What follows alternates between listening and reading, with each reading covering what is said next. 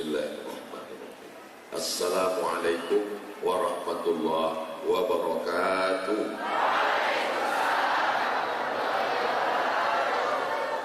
Kumaha sadayana?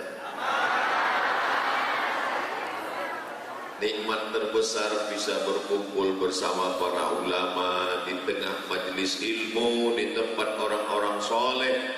Kita syukuri nikmat ini dengan mengucapkan Alhamdulillahi Rabbil Alamin. Bersolawat untuk dia, karena dialah kita bisa bersaudara dari pulau Sumatera nun jauh di sana sampai ke Ciamis, mengandung 9 bulan 10 hari ibu kita dengan suku berbeda, warna kulit dan bahasa, tapi disatukan oleh namanya. Allahumma salli ala Sayyidina Muhammad wa ala alihi wa sahbihi wa barik wa sallim. Yang sama-sama kita hormati Kiai Haji Agus Malik, tadi disebut primus. Yang kedua, Ketua Yayasan Kiai Haji Nono Anak. Kemudian kebanggaan kita Kiai Haji tapi bisa jadi wakil gubernur, sudah didoakan untuk jadi presiden, Kiai Haji Uu Rushanul Ulum. Kemudian Kiai Haji Sarif Hidayat, Kiai Haji Saiful Uyun, Kiai Haji Profesor Dr. Yani Fadil Ainu Saksi, para ajengan, para kiai, alim ulama, muslimin muslimat, hadirat, semua yang hadir ini insya Allah dimuliakan Allah Subhanahu wa Ta'ala. Amin ya Rabbal Alamin. Tema kita santri berprestasi. Ustaz Somad tidak boleh ceramah di luar tema. Santri berprestasi. Mana dia santri yang berprestasi itu? Ada di hadapan Ustaz Agus.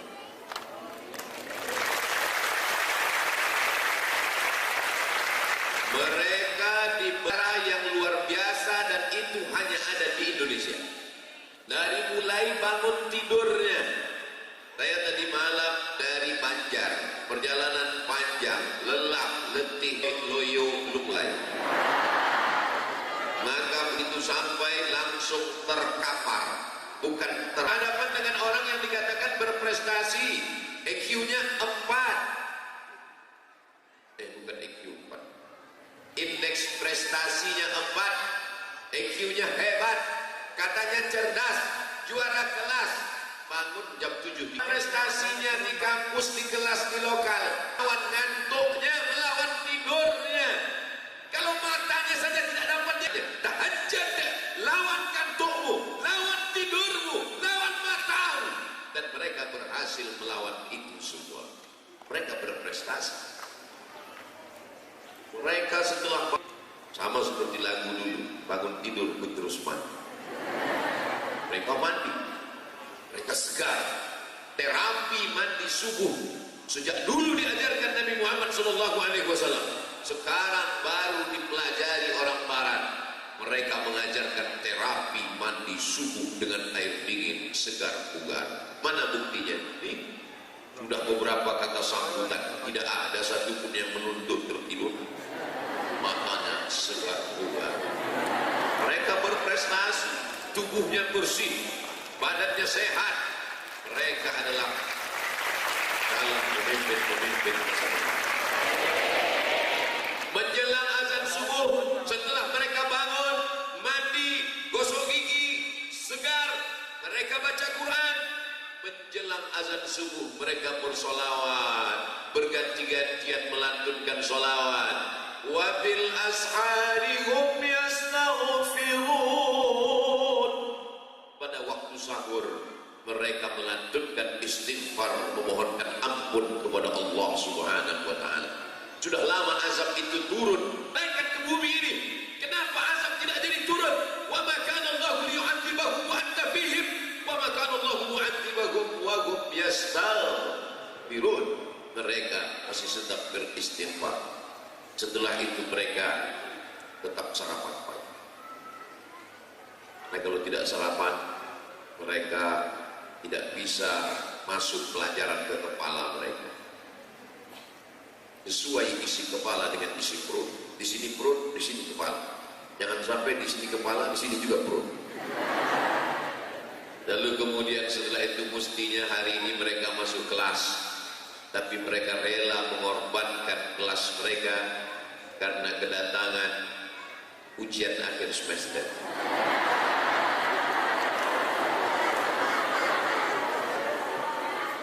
Karena semua isi ceramah ini insya Allah akan masuk ujian.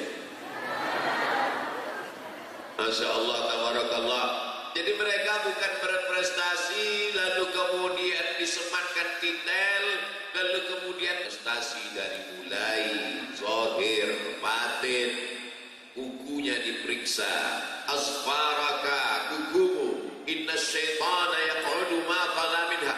Saya masih ingat dulu di pesantren itu semua diperiksa, dari mulai rambut sampai gigi, semuanya, dari ujung rambut sampai ujung kaki. Mohon maaf, Ustaz Abdul Somad tadi sholatnya di rumah Kiai, tetap berjamaah kami. Karena kalau kami masuk masjid, masuknya cepat ke masjid, cuman keluar dari masjid lama.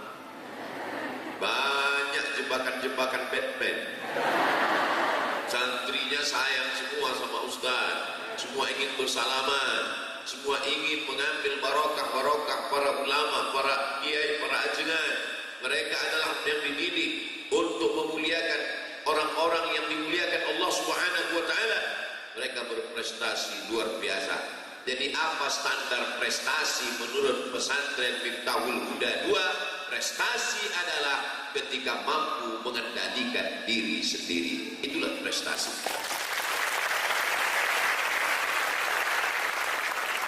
Berapa orang tua yang sanggup membangunkan anaknya bangun pagi? Berapa orang tua yang sanggup membangunkan anaknya untuk mandi pagi? Berapa orang tua yang sanggup mengajarkan anaknya untuk bersolawat, untuk berzikir, untuk beristighfar sebelum azan subuh? Sulit orang tua melakukan itu.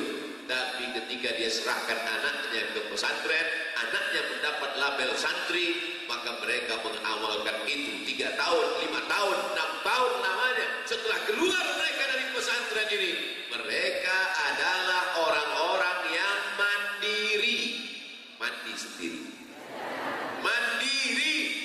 Mereka tidak perlu lagi dibangunkan, karena mereka adalah orang-orang yang Allah bisa karena biasa. Mereka terbiasa, pakaiannya putih bersih, pecinya ada yang hitam, ada yang putih. Mereka adalah anak-anak yang terdidik luar biasa. Daftarkan segera anak-anak Anda ke Miftahul 2 sebelum tanggal penutupan berikut ini. Jangan lupa potong videonya, upload ke Instagram, ke YouTube, subscribe, like, and share.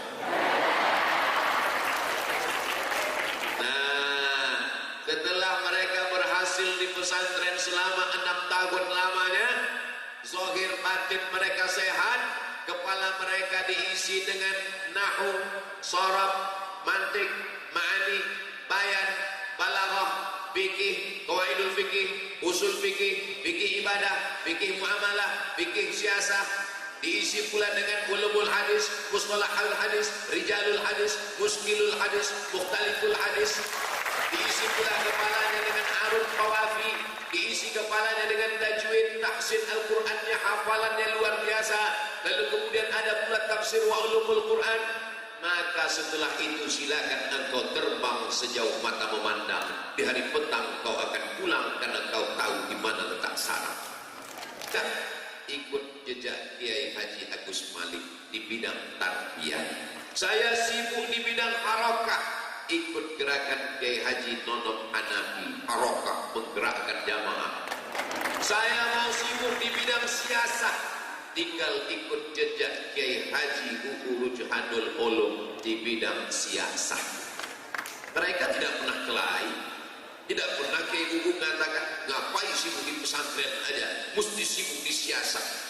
Dan Kiai Agus Malik juga tidak berkata ngapain jadi Kiai cuma sibuk di siasah. Mereka berbeda jalan, tapi tujuan mereka adalah ilahi anta maksudi waridhaka matlubi. Yang maksud dalam hidup ini adalah engkau ya Allah, dan ridhamulah yang kucari. surga sudah pasti di tangan. Allahumma inna nas'aluka ridhaka wal jannah wa na'udzubika min sakhatika wan nar. Ada di antara santri ini yang akan menjadi tentara. Nampaknya enggak banyak yang mau. Tapi kalian mesti ada yang jadi tentara, anakku. Supaya apa? Supaya ketika aku yang ceramah, kalian yang mengawal, sehingga yang gila-gila jadi waras.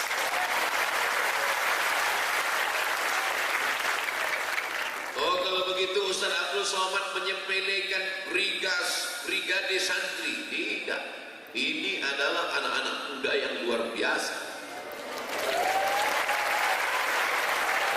Harus ada di antara anakku yang jadi polisi. Harus ada di antara anakku yang menjadi dokter spesialis. Banyak yang mau. Dari bunyi aminnya kelihatan. Tapi pesantren tetap tidak kalian tinggalkan. Dokter spesialis punya tempat praktek hebat, tapi juga punya pondok pesantren. Setuju? Malahan dokter spesialis itu pesantren yang luar biasa. Tahfizul Quran, yatim piatu, fakir miskin, gratis semuanya. Siapa yang tidak senang? Impian masa depan. Waktu kalian punya pondok pesantren, kalian jadi polisi, kalian jadi tentara, kalian jadi pengacara, kalian jadi hakim agung, kalian menjadi dokter, kalian punya rumah sakit. Ketika itu Abdul Somad sudah mati dimakan cacing tanah. Tapi saya tidak sedih. Sebab apa? Sebab pahala kalian mengalir ke makam Abdul Somad. Inilah namanya multi level marketing. Bukan 5%. Saya tidak dapat aliran pahalanya 10%. Saya tidak dapat aliran pahalanya 50%. Man dalla ala khairin falahu mithlu ajri fa'ilihi. Abdul Somad dapat 100%. Nampaknya banyak yang tak setuju. Anak-anakku yang dimuliakan Allah Subhanahu wa taala, sampai masanya ucapan ini akan terjadi pada diri kalian. Di saat itu barulah kalian ingat, ini yang disampaikan Abdul Somad beberapa tahun yang lalu untuk almarhum Abdul Somad. Al-Fatihah. Nanti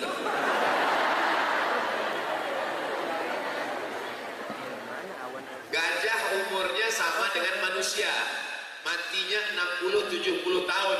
Tapi gajah begitu lahir sempoyongan, tegak berdiri, langsung lompat bisa lari. Tapi manusia tidak begitu. Dia mesti merangkak, dia mesti belajar duduk, dia mesti belajar berdiri, setelah itu baru berlari. Proses manusia lambat. Mengapa manusia lambat? Karena dia mesti diisi dengan ilmu pengetahuan, mesti diisi dengan akhlakul karimah. Di pesantren inilah kalian dididik.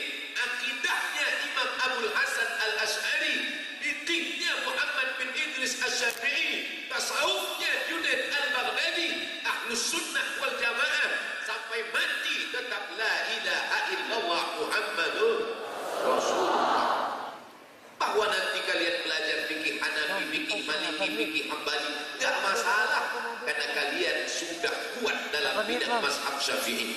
Diawali dari matan takrib, lalu kemudian fathul qarib, lalu kemudian naik kepada i'anatul talibin, lalu kemudian kalian selesaikan mahalli. Setelah itu baca kitab-kitab besar, lalu kemudian setelah itu bisa membaca kitab 4 mazhab, Bidayatul Mujtahid wa Nihayatul Muqtasid, Imam Ibn Rushd, lalu kemudian membaca fikih mazhab yang lain. Gak apa-apa untuk muqaranah, perbandingan, itu adalah kekayaan fikih.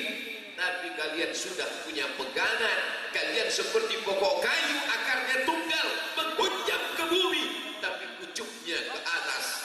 Kalian akan dikenang sepanjang zaman. Kalian akan menjadi pemimpin negeri ini, insyaallah. Amin. Tapi setelah Kiai Ubu, karena tadi sudah didoakan Kiai Nono, setelah beliau 2 periode baru antum. Tidak ada yang mengaminkan. Aminnya sir, Pak Ustaz. Saudara yang dimuliakan Allah Subhanahu wa taala,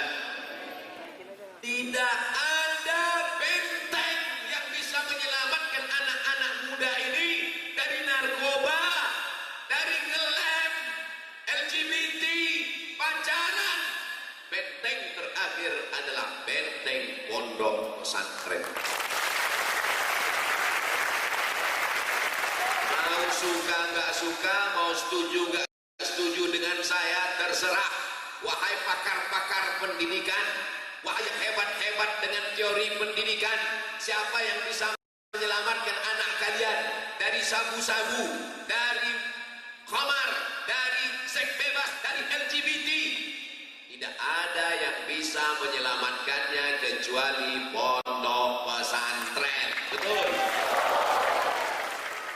Pakar-pakar pendidikan yang hebat-hebat itu ceramah ke sana kemari, memberikan seminar, lokakarya. Apa yang terjadi? Anaknya cabut, pacaran, pakai sabu-sabu, inek, mabuk, zina. Siapa yang bisa menjaga mereka?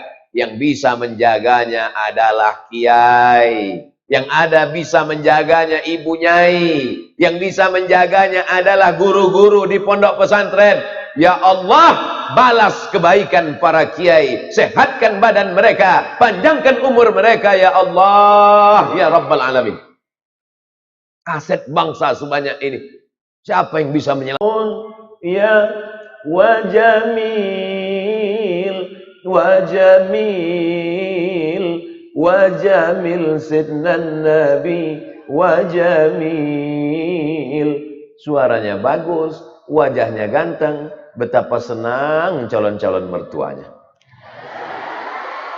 Kalau orang tua sudah pasti senang. Makanya nanti kalau ada anak-anak muda ini, nasib baik anak saya laki-laki. Kalau nasib anak saya perempuan, saya pilih salah satu jadi menantu saya.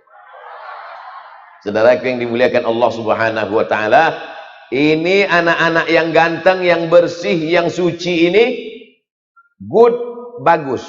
Look, dilihat. Good looking, enak dilihat. Bukan radikal. Takbir. Masalah tenaganya jangan ditanya lagi. Jalan kaki sampai ke Jakarta dia kuat.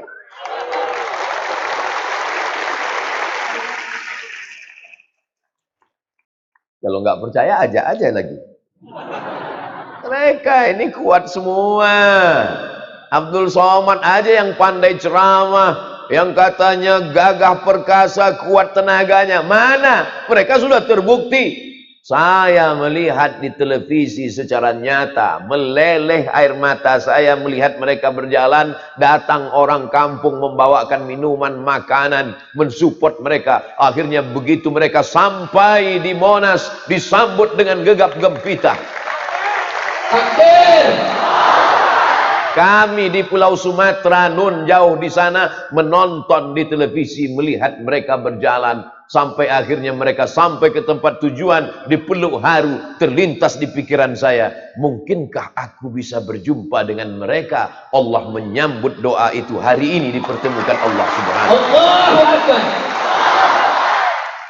Ada rasa di dalam lubuk hati paling dalam yang kecil, aku ingin jumpa dengan mereka, aku ingin bersalaman dengan mereka. Dikabulkan Allah di musim Covid.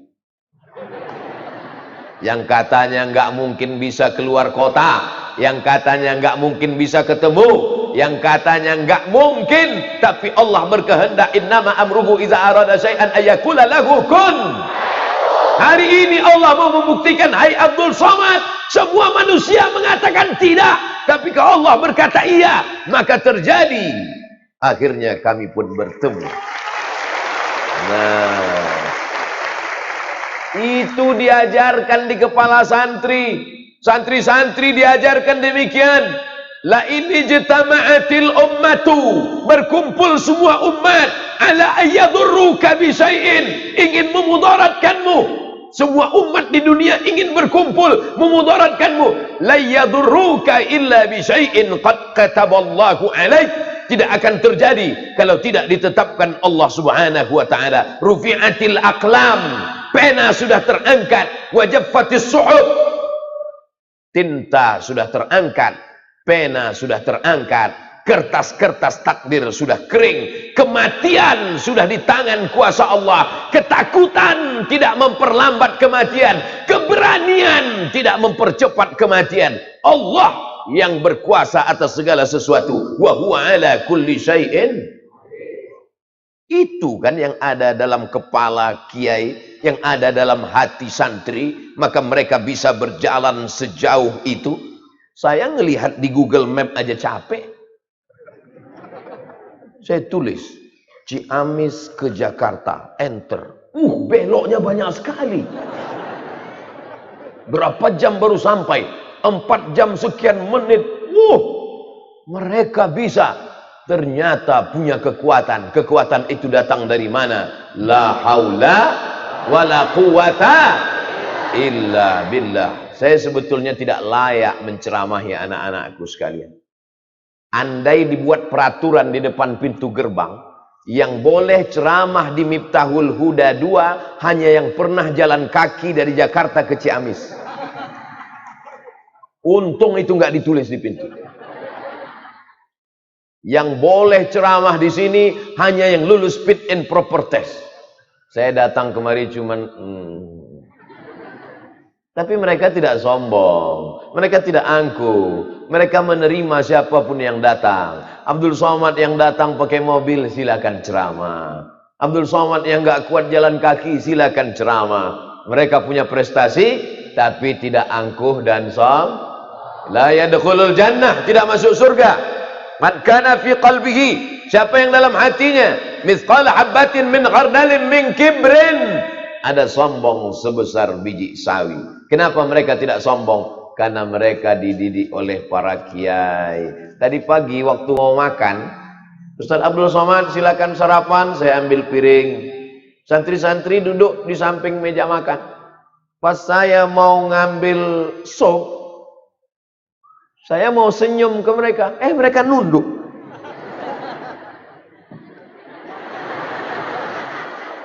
Saya maksudnya mau senyum, nunduk. Gimana saya mau senyum?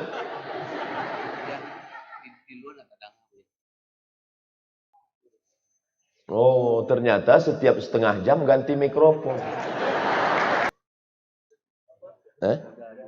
Miftahul Huda 2. Setiap 30 menit ganti mikrofon.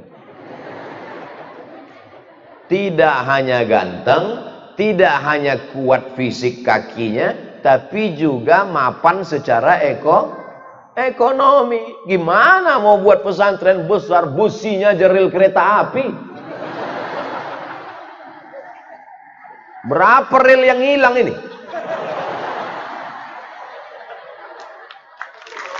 Oleh sebab itu, ini santriwan santriwati ini nanti akan menjadi entrepreneur. Cita-cita mereka tinggi, setinggi bintang di langit, tapi kaki mereka tetap nginjak ke bumi. Sebab kalau kakinya nginjak ke bumi itu hantu. Mereka adalah cita-citanya luar biasa. Ada di antara mereka nanti yang akan menjadi pedagang tahu tempe. Gak banyak yang mengaminkan. Memang dia pedagang tahu tempe, tapi ekspor-impor 5 kontainer sehari ke Jepang. Tadi pas dibilang tahu tempe, amin. Pas 1 hari 5 kontainer ke Jepang, amin. Saudaraku yang dimuliakan Allah SWT, cita-citanya mesti tinggi. Ini pas ditanya, nah cita-citanya mau jadi apa? PNS. PNS cuma 2 juta sebulan. Nah, Ustaz Somad mentang-mentang udah keluar dari PNS. Enggak, bukan itu. Banyak orang sekarang standar berhasilnya kalau sudah PNS. Anaknya di mana sekarang? Alhamdulillah sudah tamat dari ITB. Udah PNS? Belum. Misalnya ada 2 anak muda mau meminang anak gadis. Calon mertuanya nanya, yang mana yang PNS? Yang ini. Yang ini masih ya wira swasta. Kira-kira yang diterima wira swasta atau PNS? Tuh ngaku. Kalau semua mau jadi PNS, gimana alam kita akan terjaga, terpelihara? Maka mesti lahir entrepreneur dari pondok pesantren Miftahul Huda 2, insyaallah. Nanti saya akan ketemu dengan alumni Miftahul Huda 2, tiba-tiba datang ke Pekanbaru Riau. Assalamualaikum Ustaz Abdul Somad. Waalaikumsalam. Kamu dari mana? Dari Ciamis. Alumni Miftahul 22. Iya betul Pak Ustaz. Mau apa nih? Mau mengembangkan karamba ikan Pak Ustaz. Ikan apa? Ikan paus. Saudaraku yang dimuliakan Allah, maka ke depan sumber daya alam Indonesia yang gemah ripah loh jenawi, tongkat dan batu jadi tanaman, ini mesti dikelola dengan baik, dan yang mengelolanya itu adalah anak-anak pesantren. Walau anna ahlal qura amanu, kalau penduduk negeri itu beriman, wattaqau, dan takut kepada Allah. Syaratnya cuma dua, iman kepada Allah dan takut kepada Allah. Maka Allah akan berikan dua. La fatahna alaihim barakat.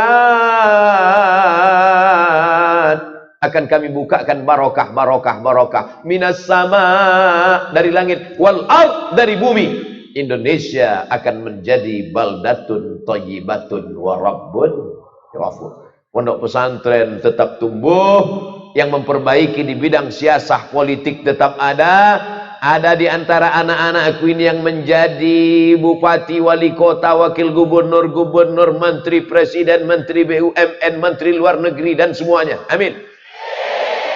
Koordinasinya akan terjalin dengan baik. Maka menjadi santri bukan kehinaan. Menjadi santri adalah prestasi luar biasa. Jangan ketika di pesantren merasa dibuang orang tua.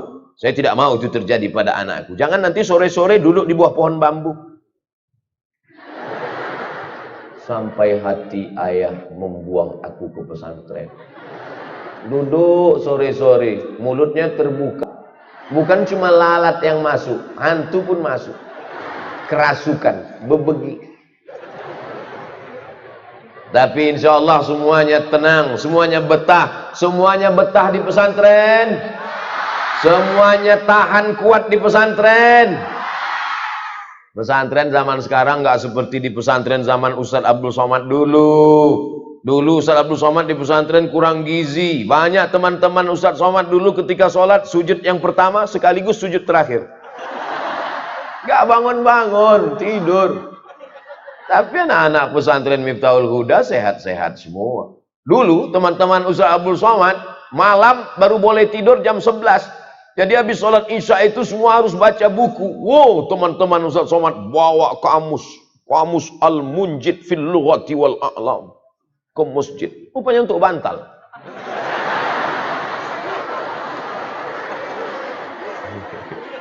Tapi santriwan-santriwati di Miftahul Huda, miftah, kunci. Kuncinya aja sebesar ini. Apalagi surganya.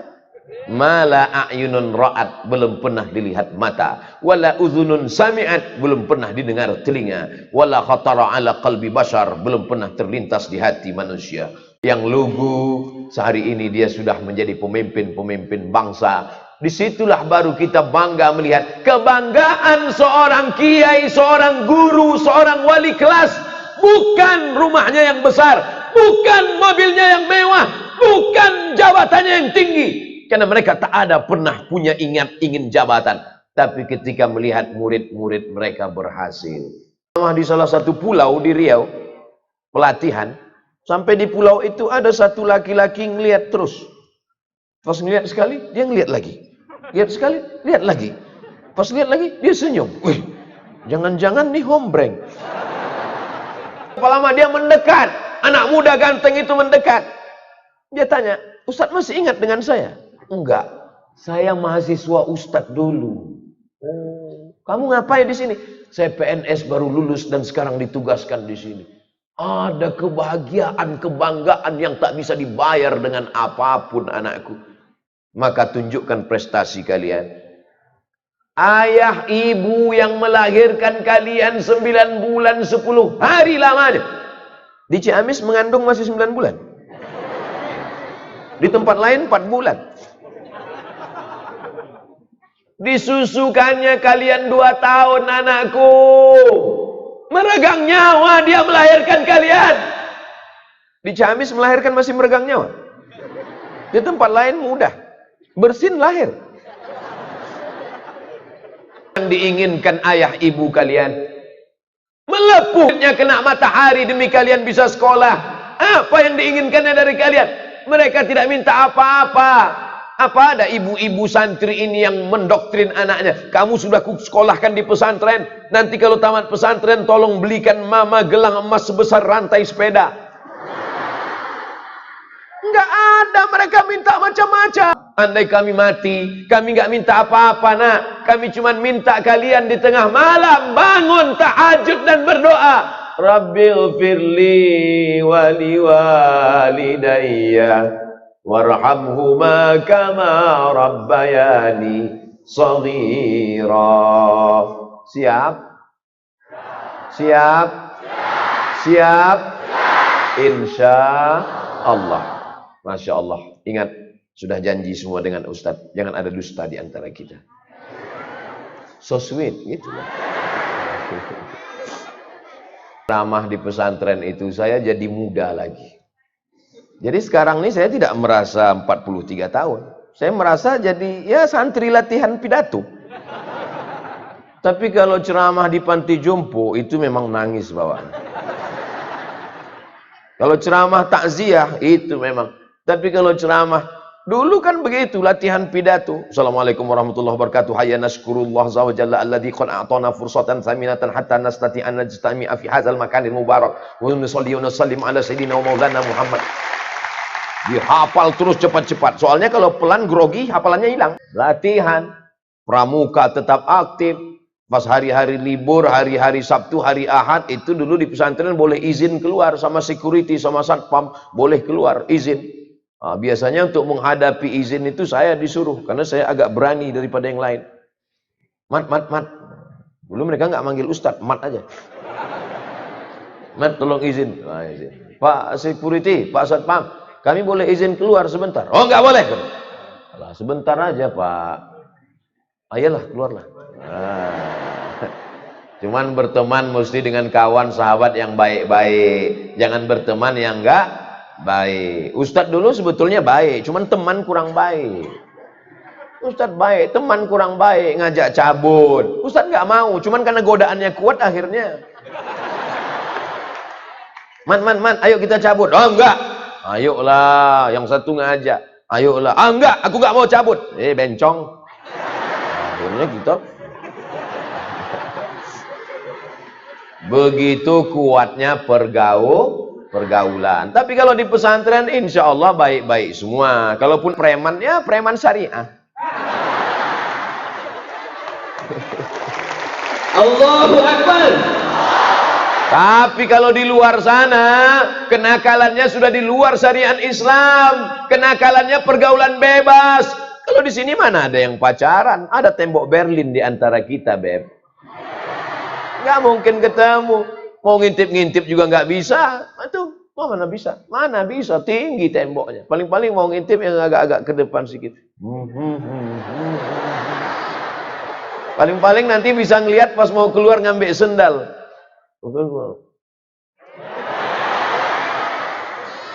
Kalian tetap terjaga di pesantren, terjaga zahirnya, terjaga batinnya, terjaga kemaluannya, terjaga kehormatannya, terjaga rambutnya. Kalau kita pergi ke pasar, mau beli buah apel, buah jeruk, mau apel jeruk yang dibungkus plastik atau yang terbuka kena matahari lisut?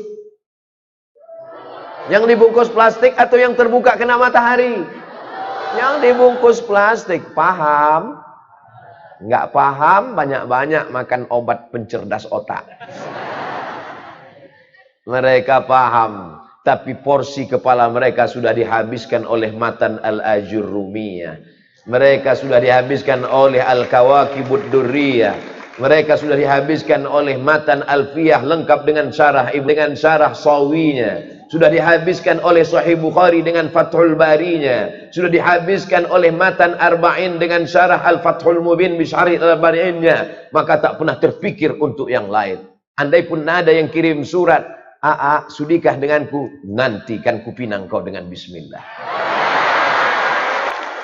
Inilah anak-anak muda yang berprestasi, insya Allah. Nanti setelah dia menjadi dokter spesialis, jilbabnya panjang, raut wajahnya teduh bekas air wudhu, tahajudnya di tengah malam, masuk dia ke rumah sakit Ciamis membawa jarum suntik. Bismillahirrahmanirrahim. Yasin wal Qur'anil Hakim. Innaka laminal mursalin ala siratim mustaqim. Semua yang di ruang ICU itu sehat minta pulang. Padahal semuanya selama ini stres, depresi, sempit, mau mati. Tapi begitu dokter spesialis yang alumni pesantren Miftahul Huda 2 itu datang, kedatangannya membawa rahmat, bukan membawa laknat. Tapi begitu datang dokter spesialis yang tidak tamat pesantren, yang tidak pernah belajar agama, yang rambutnya 3 warna merah kuning kelabu, bentuknya seperti durian, kukunya hitam semua, datang ngamuk-ngamuk, marah-marah. Mana pasiennya? Mana? Yang sakit-sakit itu langsung sakaratul maut. Ini Abdul Somad ini ngawur ini. Ini dalilnya dari mana? Huwallazi anzalas sakinata fi qulubil mu'minin. Siapa yang menurunkan ketenangan ke dalam hati pasien itu? Allah. Ala bidzikrillahi tatmainnul. Baru dipegang-pegangnya, belum disuntiknya udah sehat. Loh, kok saya sehat ya Bu Dokter? Karena sesungguhnya sehat itu datang dari Allah. Obat itu hanya sarana saja. Yang ngomong gitu siapa? Dokter. Lama hidup banyak dirasa, jauh berjalan banyak dilihat, lama jadi ustadz banyak yang curhat.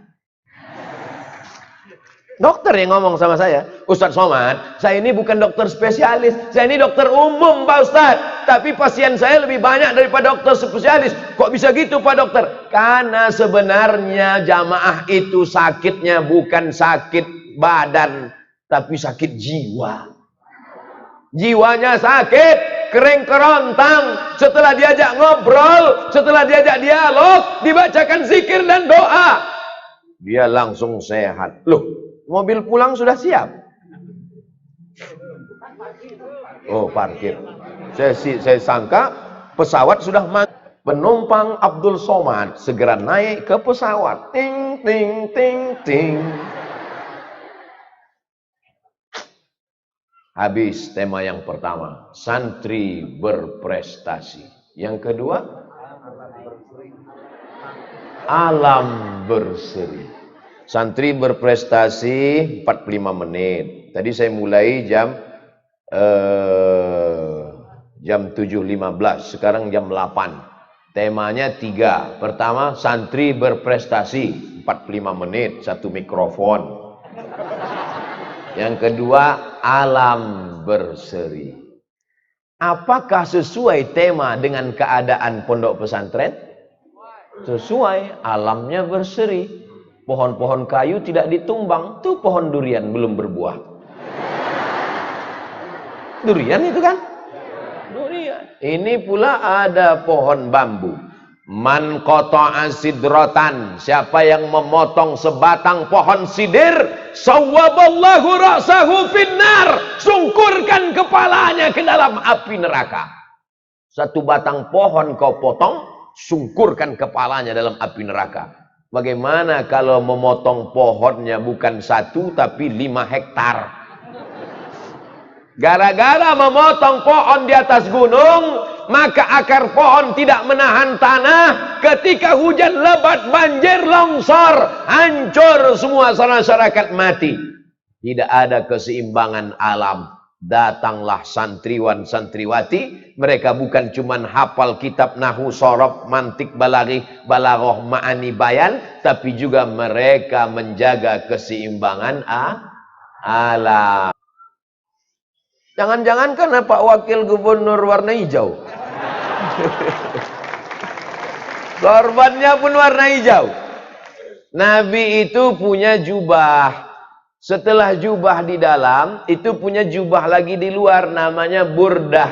Burdatun khadra. Burdah Nabi berwarna hijau. Dan nanti orang masuk surga itu pakai pakaian sutra, sundus, istabrak, khudrun, berwarna hijau.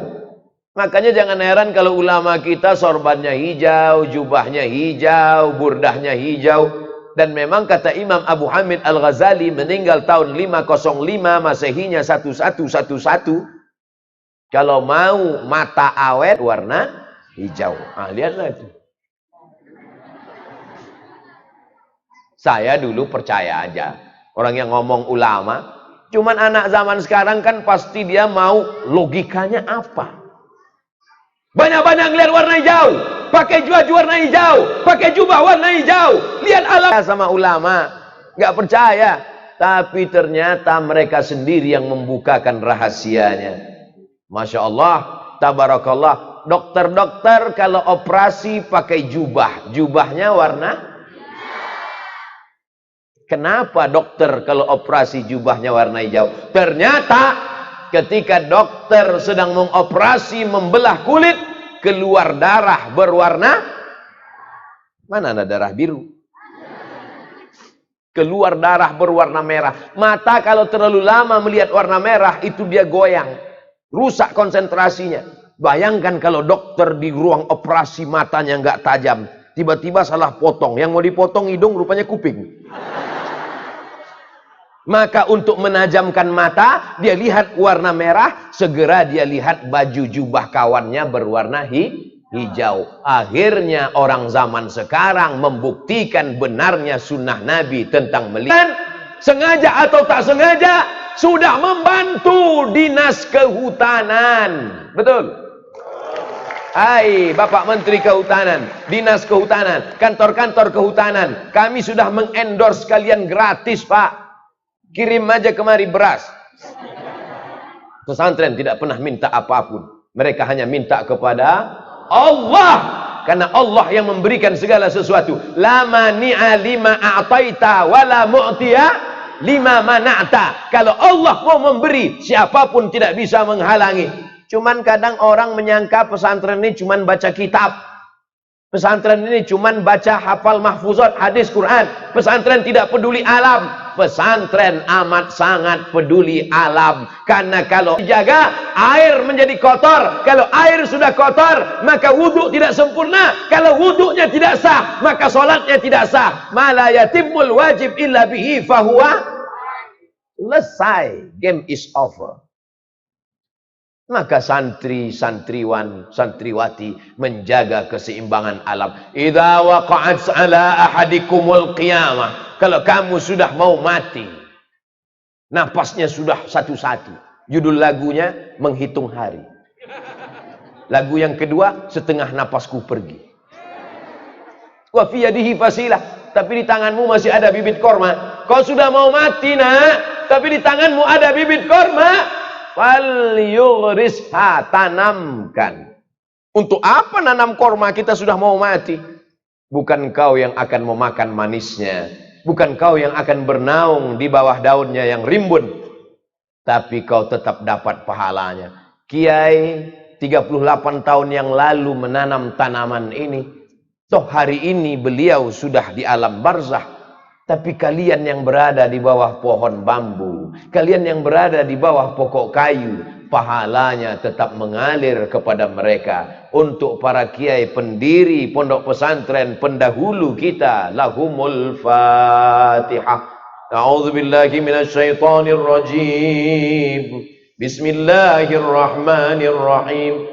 Alhamdulillahi rabbil alamin. Ar-Rahmanir Rahim. Maliki yaumiddin. Iyyaka na'budu wa iyyaka nasta'in. Ihdinas siratal mustaqim. Siratal ladzina an'amta 'alaihim ghairil maghdubi 'alaihim waladdallin. Amin. Ada spanduk, tulisannya besar.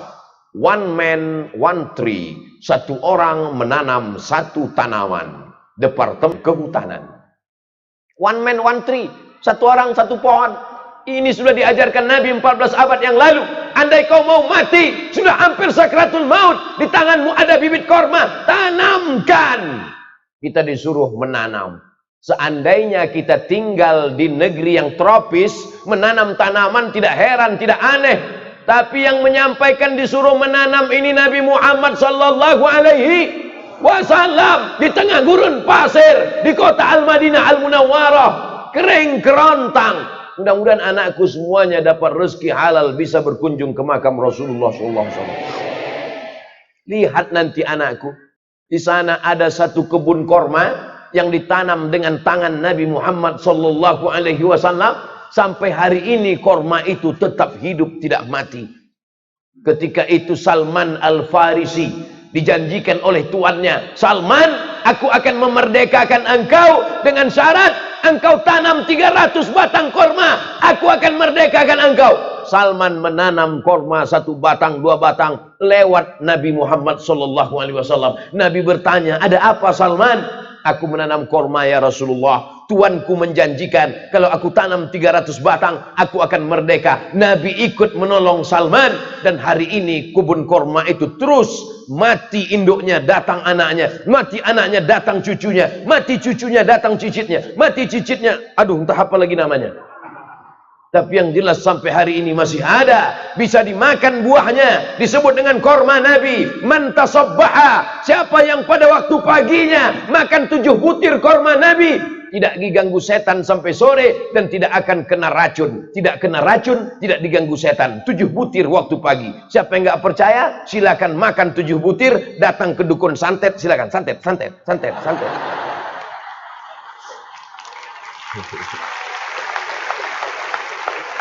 Jadi Islam itu bukan cuma cerita neraka.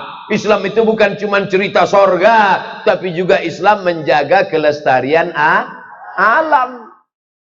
Islam cerita tentang COVID.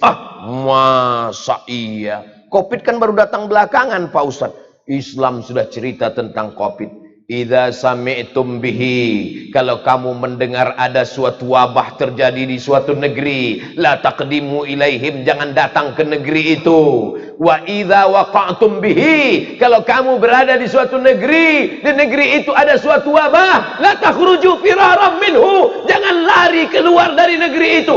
Itulah yang dikenal sekarang dengan PSBB. Kalau zaman Ustadz waktu kecil dulu, PSPB, Pendidikan Sejarah Perjuangan Bangsa. Nabi sudah cerita tentang COVID, pelayanan masyarakat ketika terjadi suatu wabah. Apa kata Nabi? Firra minal majzum, firaraka minal asad. Larilah engkau dari penyakit menular seperti engkau lari dari seekor singa. Ada yang pernah melihat COVID? Enggak, COVID hanya bisa dilihat dengan mikroskop. Jangan dipakai mikroskop jadi kacamata. Nanti melihat hidung orang seperti terowongan Mina. Oleh sebab itu tidak ada yang bisa melihat COVID. Makanya ada yang menantang COVID. Hari ini ada yang nantang COVID. Mana COVID? Biar saya makan pakai bakwan. Tapi Nabi mengajarkan firra minal majzum, firaraka minal asad. Larilah engkau dari wabah penyakit seperti engkau lari dari seekor singa. Nabi sedang mengumpamakan sesuatu yang tidak terlihat dengan mata, kuman, bakteri, wabah diserupakan dengan singa. Makanya tadi kita diajarkan pakai masker, menjaga protokol kesehatan. Ustadz Abdul Somad pun tetap jaga protokol. Mana tuh Ustadz ceramah nggak pakai masker? Nih, makanya digantungkan terus dari tadi. Pakai masker kan nggak beri dagu Pak Ustadz di mulut. Oke, kita pasang di mulut. Allah semuanya. Apa ini? Oleh sebab itu maka jangan jadi fitnah. Allahumma inna na'udzubika min fitnatil mahya wal mamat wa min syarri fitnatil covid. Ada fitnah baru di akhir zaman, fitnatil covid wa fitnatil medsos. Saudaraku yang dimuliakan Allah Subhanahu wa taala, siap santri-santri menjaga alam semesta tetap indah, nyaman dan hijau. Ya. Oleh sebab itu santri menjadi pelopor, agent of change, agen perubahan. Jadi yang selama ini tidak peduli dengan alam semesta, hantam saja, bantai saja, potong saja, sampai anak cucu tidak kenal hutan, tandus jadi gurun pasir. Nanti 200 tahun yang akan datang, orang akan berkata, wahai cucu-cucuku, di zaman dulu ada namanya hutan. Cucuku dulu ada namanya hewan, tapi sudah punah semua. Sudah namanya kelinci saurus. Punah semua hewan. Tapi hari ini alhamdulillah kita tetap jaga. Kita tidak memotong pokok kayu sembarangan. Kalaupun dipotong ada yang hasil manfaatnya. Kalau tidak, la yabulanna ahadukum fil ma'id daim. Tidak boleh buang limbah di air yang tidak mengalir. Ada kolam, empang, tidak mengalir. Yabulu, bala, yabulu, baulan. Buang air kecil dia di situ. Nggak boleh. Kenapa? Karena kau sudah merusak alam. Tapi kalau dia mengalir, maka boleh. La yabulanna ahadukum fil juhri. Tidak boleh buang air kecil di lubang tanah. Pergi masuk ke hutan yang hijau rimbun, lihat kiri kanan nggak ada orang, nampak ada lubang tanah, lalu kemudian maaf, beribu maaf, buang air kecil di lubang tanah. Boleh apa nggak boleh?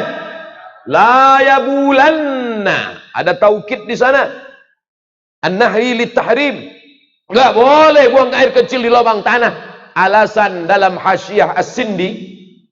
Hasyiah As-Sindi syarah Sunan An-Nasai. Apa kata beliau di sana? Kenapa tidak boleh buang air kecil di lubang tanah? Karena lubang tanah itu adalah masakinul jin. Ada jin-jin yang ada di dalam. Bayangkan anak jin sedang walimah. Tiba-tiba datang banjir bandang, angin puting beliung, twister, tsunami. Apa enggak ngamuk itu jin? Makanya banyak orang kerasukan gara-gara mengganggu rumah jin. Kenapa tidak boleh buang air kecil di lubang tanah? Rupanya di dalam lubang tanah itu ada hasyarat, semut-semut kecil, anai-anai, binatang-binatang kecil di dalam. Tiba-tiba datang air bah tumpah. Mereka sedang pilkada. Habis baleho-baleho mereka. Rusak komputer-komputer KPU di dalam. Pernahkah orang berpikir tentang semut-semut kecil di dalam lubang tanah? Pernah. Nabi Sulaiman alaihissalam, ketika pasukan Nabi Sulaiman akan lewat di tengah hutan, Nabi Sulaiman taat. Jangan lewat. Jangan. Kenapa wahai Sulaiman? Aku mendengar panglima semut sedang berkata, ya ayyatuhan namlu dkhulu masakinakum. Wahai semut-semut, masuklah kamu ke sarang kamu, karena pasukan Sulaiman akan lewat. Kalau kekuasaan tidak ada semut yang teraniaya. Betul?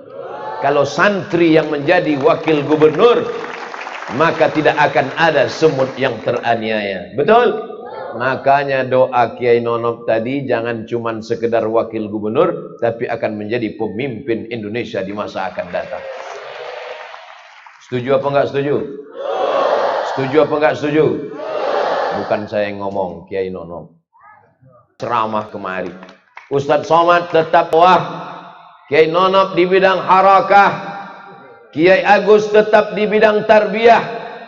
Kiai UU di bidang siasah. Semuanya bekerja sama, tidak saling menyalahkan. Wa ta'awanu 'alal birri wa taqwa. Kami semua menjadi strikernya, menyerang ke depan.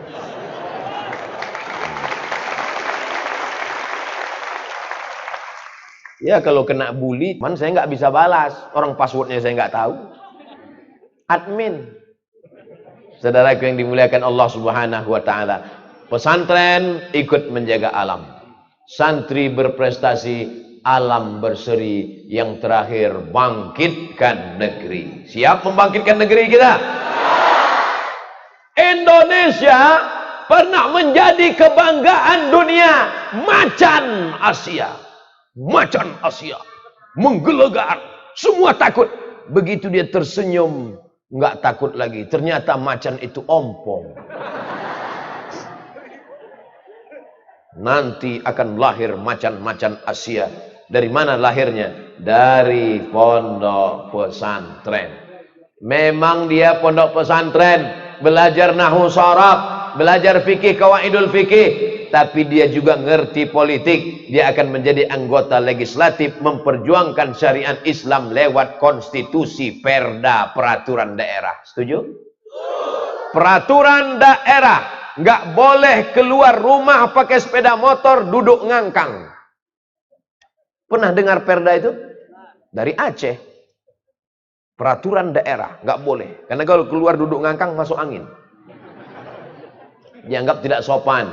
Peraturan daerah, siapa saja yang masuk ke daerah ini, maka dia mesti menutup aurat. Datang bule, pakai pakaian Eropa, masuk ke pantai mandi. Datang polisi syariah ngasih kain sarung. Bule dan Pak Le, sini sebentar. Dikasih kain sarung, dibacakan perda. Ini peraturan daerah, tidak boleh di sini membuka aurat.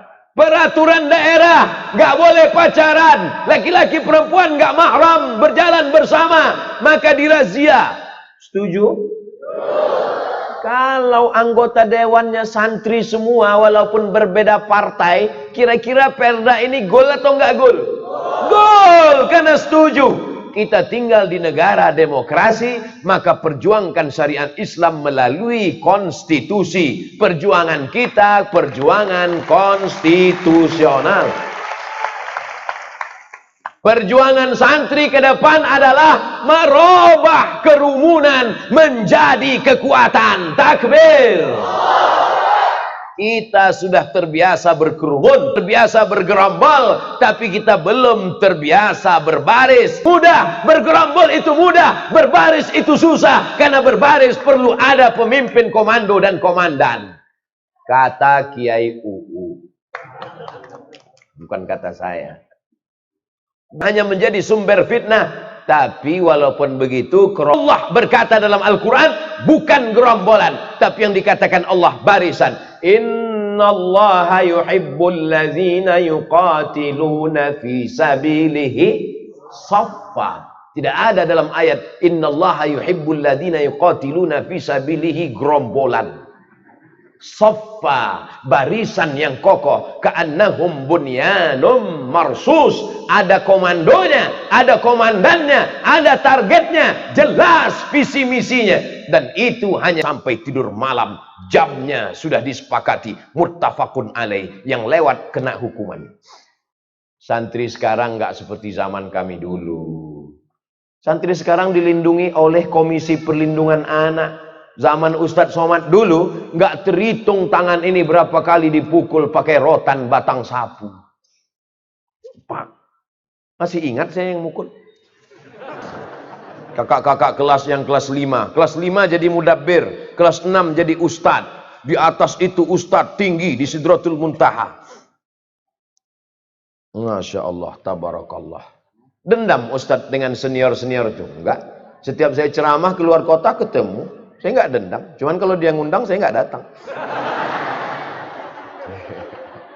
Tetap silaturahim. Kami ketemuan alumni, abang dulu yang mukul kan? Iya. Semua jadi indah pada saatnya, semua jadi indah. Kenangan-kenangan yang dulu itu luar biasa. Mat, masih ingat man? Apa? Dulu kita waktu nyuri bumbu pecel. Hari Sabtu, hari Ahad itu banyak kedatangan tamu. Emaknya datang, bapaknya datang, kakaknya datang, neneknya datang, bawa rambutan, bawa bumbu pecel. Tapi dia bakhil bin pelit bin medit. Saya nggak nakal, cuman teman-teman saya ini. Mat, yang ini halal nih, ghanimah ini. Tapi kami udah minta maaf, udah damai. Masya Allah, tabarakallah. Santri sekarang baik-baik semua. Kelihatan dari wajahnya, soleh-soleh. Enggak seperti kami dulu. Kami dulu nakal-nakal. Nakal aja bisa jadi orang, apalagi yang soleh.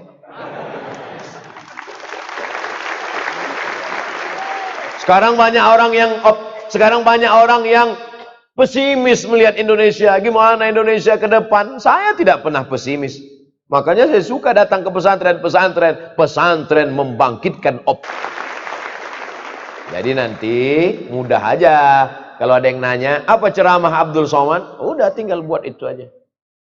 Saya selalu ceramah itu biasanya pakai poin 1, 2, 3 atau sesuai dengan tema. Tujuannya apa? Supaya santri-santri kalau ditanya gurunya mudah ngasih jawaban. Apa judul ceramah Abdul Somad? Santri berprestasi, alam berseri, bangkitkan negeri. Intel-intel juga kalau ditanya atasan mudah menjawab. Apa ceramah Abdul Somad tadi?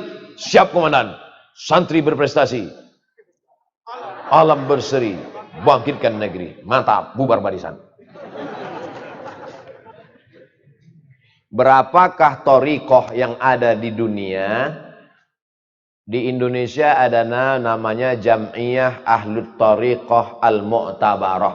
Presidennya Habib Lutfi bin Yahya Pekalongan. Habib Lutfi bin Yahya memberi saya gelar Syekh Abdul Somad. Saya bukan gak hormat pada beliau, belum saya pakai, takut demam. Karena namanya terlalu besar. Di kampung saya kalau ada anak demam, dilihat, oh ini namanya terlalu besar. Jadi bawaannya meriang, panas dingin. Syekh Lutfi bin Yahya, Presiden Thariqat. Yang paling besar di Maroko namanya Thariqat Tijaniyah. Kemudian Thariqat Syaziliyah. Itu ulama besar ilmu hadis namanya Syekh Muhammad bin Abdullah bin Siddiq Al-Ghumari. Syekh Abdullah bin Siddiq Al-Ghumari, Syekh Abdul Aziz bin Siddiq Al-Ghumari, Syekh Ahmad bin Siddiq Al-Ghumari. Tarekat mereka adalah Syaziliyah, Syekh Abdul Hasan Syazili. Ada lagi tarekat Qadiriyah, dia adalah Syekh Abdul Qadir Al-Jilani. Ada lagi tarekat Syaziliyah, Abdul Hasan Asy-Syazili. Ada lagi tarekat Darqawiyah. Ada lagi tarekat Ahmadiyah, bukan Ahmadiyah Ahmad Mirza Ghulam Ahmad, bukan. Tapi Syekh Ahmad Sidi Ahmad Al-Badawi. Ada lagi tarekat Naqsyabandiyah, Bahauddin An-Naqsyabandi. Ada lagi tarekat Syattariyah, Ahmad Syekh Abdullah Syattari. Namanya tarekat Syattariyah. Jadi tarekat itu banyak. Kalau di Mesir ada namanya Al-Majlisul A'la Lis Turuq As-Sufiyah. Al-Majlisul A'la Lit Turuq As-Sufiyah. Dan majlis ini boleh utusannya duduk di parlemen. Waktu zaman saya di Mesir, ketua Al-Majlisul A'la Lit Turuq As-Sufiyah namanya Syekh Ahmad Omar Hashim, rektor Universitas Al-Azhar yang juga ahli hadis. Jadi di sana ahli hadis, profesor doktor, rektor, tapi juga mengamalkan thariqat. Thariqat itu adalah jalan untuk mengingat Allah Subhanahu wa ta'ala. Jadi jangan kelahi antara Syaziliyah dengan Naqsyabandiyah dengan Qadiriyah, kemudian Abah Anom, kombinasi antara tarekat Qadiriyah wa Bandiyah. Kalau mau mengamalkan tarekat, yakinkan dua. Yang pertama ada silsilah sanadnya. Yang kedua ada mursyidnya, mursyidnya orangnya soleh. Kalau ada sanadnya, tarekatnya mu'tabar, lalu kemudian mursyidnya orang soleh, silakan amalkan. Tarekat kita adalah tarekat mu'tabar, karena dia tak ada silsilah. Kita ikut aja yang sudah ada silsilahnya. Al-isnad minad din, laulal isnad laqala man sya'a ma sya'a. Kalau bukan karena sanad sampai kepada Imam Abdul Hasan Al-Asy'ari, bersanad dari guru-guru Habib kita sampai kepada Syekh Bahauddin An-Naqsyabandi, sampai kepada Nabi Muhammad sallallahu alaihi wasallam.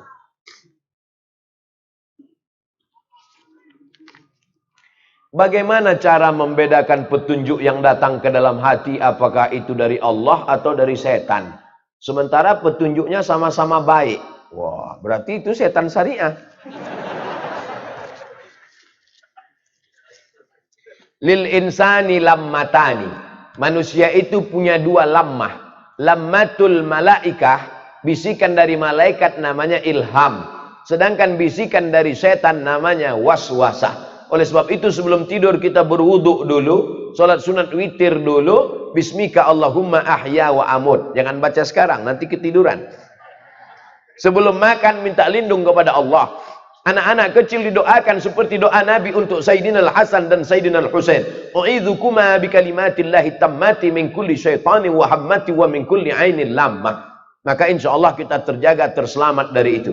Tapi kalau ada bisikannya sama-sama baik, disebutkan dalam kitab Al-Lumah, ditulis oleh Imam Saraj At-Tusi, ahli tasawuf. Kalau engkau masuk ke dalam hutan, ketika sampai tiba-tiba burung-burung yang ada hinggap di pohon kayu mengucapkan salam kepada engkau. Saya masuk ke dalam hutan, Tiba-tiba burung itu mengucapkan salam. Assalamu alayka ya Abdus Somad. Waalaikumsalam. Masuk ke dalam hutan, burung-burung mengucapkan salam kepada engkau. Bagaimana cara mengucapkan salam? Datang rasa bangga, keluar dari hutan lalu bicara, akulah wali Allah. Semua burung sudah bersatu mengucapkan salam kepadaku. Sesungguhnya kau wali setan. Kenapa? Karena tidak mendatangkan rasa takut kepada Allah. Makanya saya pernah nanya, ini jadi ustadz viral ini, jangan-jangan ini dari setan. Kalau ada rasa sombongmu dalam hati Abdul Somad, berarti kau setan. Tapi kalau dalam hatimu ada rasa takut kepada Allah, makanya saya tidak pernah datang ke Miftahul Huda 2 ini, datang untuk berceramah. Tidak, na'udzubillah. Aku datang ingin bersilaturahim kepada mujahid-mujahid fisabilillah. Allahu Akbar. Aku datang kemari mau belajar kepada mereka bagaimana ikhlas kepada Allah. Maka niatnya mesti diluruskan. Maka kalau sampai dalam hatimu ada rasa bangga, ada rasa ujub, ada rasa sum'ah, ijabul mar'i binafsihi unwanu dha'fi aqlihi. Na'udzubillah. Ustadz, kan sekarang lagi gencar-gencarnya NKRI harga mati. Sedangkan yang dibawa mati secara hakikat adalah Islam. Manakah yang lebih tepat antara NKRI harga mati dan Islam harga mati? Kalau kita mati nanti, yang dibisikkan ke telinga sebelah kanan, La ilaha. Ada pernah melihat waktu dibisikkan NKRI? Ada. Tapi hubbul watan minal iman. Kita tetap sayang jaga NKRI supaya kita bisa beribadah dengan tenang, supaya kita bisa melaksanakan rukun iman, rukun Islam dengan tentram, supaya tidak bisa berkelahi, berhancur lebur perang. Maka kita tetap jaga keamanan, kedamaian, tapi kita tetap wala tamutunna illa wa antum muslim. Jelas? Itu ada santri yang bawa sorban. Naik ke atas, ikan-ikan besar ada di atas. Santri naik ke atas. Mohon pencerahannya menyikapi hukum waris di zaman sekarang, laki-laki perempuan itu disamaratakan. Padahal dalam konsep Al-Quran jelas bagian laki-laki dan perempuan itu dibedakan. Dalam kasus ini boleh apa tidak? Lidzakari mislu hazzil sayain. Anak laki-laki dapat 2 kali bagian anak perempuan. 2 kali diulang Allah dalam Al-Quran. Tidak ada ayat yang paling detail, ayat paling lengkap kecuali tentang waris. Walakum nisfu ma taraka azwajukum illam yakul lahunna walada fa in kana lahunna waladun falakumur rubu'. Kamu dapat setengah harta istrimu kalau tidak ada anak. Kalau ada anak, kamu dapat 1/4. As-sumun 1/8. As-sudus 1/6. As-thuluts 1/3. An-nisfu setengah. Disebutkan secara detail Al-Quran. Siapa yang merubah hukum Allah? Wa man lam yakum bima anzalallah faulaika humul faulaika humul fasiqun faulaika humuz zalimun. Maka tidak bisa amandemen manusia untuk merubah hukum Allah Subhanahu wa ta'ala. Jangan coba-coba untuk merubah hukum Allah. Laki-laki diberikan 2 kali bagian perempuan, bukan berarti diskriminatif, bukan berarti merendahkan perempuan. Kenapa laki-laki diberi lebih banyak? Karena laki-laki bertanggung jawab memberi nafkah, mahar nikah. Ar-rijalu qawwamuna 'alan nisa. Saya kena juga nih. Saya pakai sarung tapi di dalam tetap pakai celana.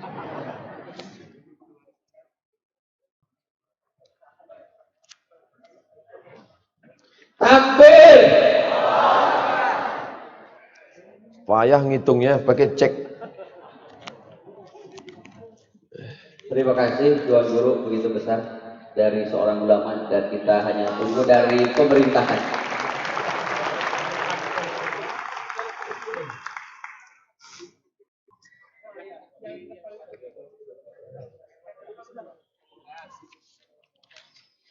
Kapankah seseorang bisa dikatakan ikhlas yang sesungguhnya? Apakah malaikat tahu ada yang ikhlas di antara kita?